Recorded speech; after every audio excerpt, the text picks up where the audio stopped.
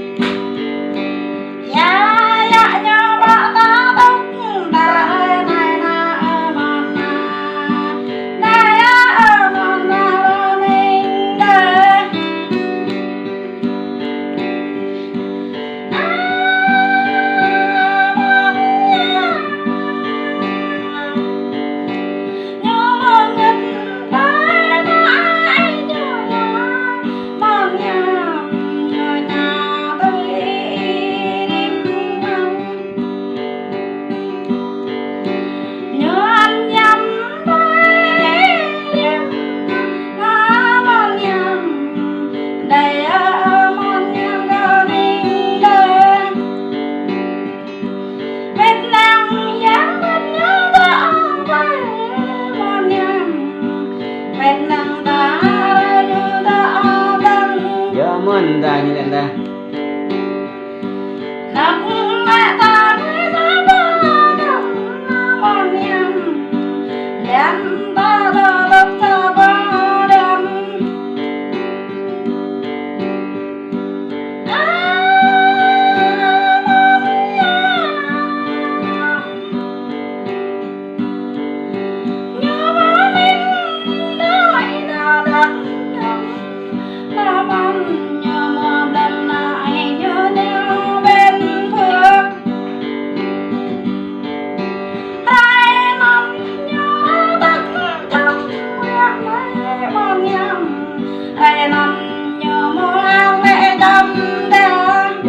đây này đây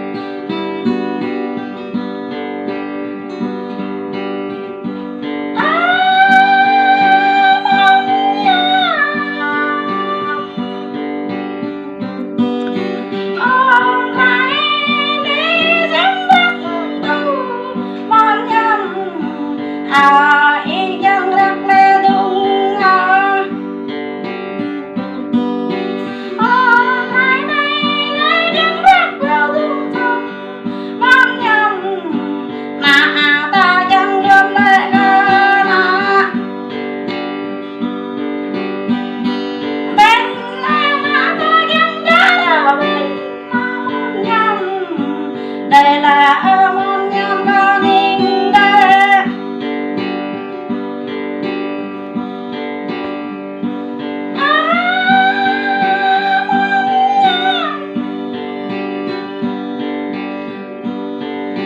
em bỏ bên ba ba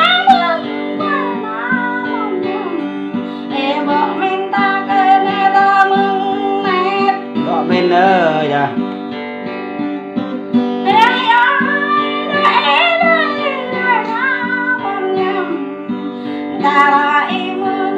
hấp dẫn. Rồi tôi làm nhớ cái này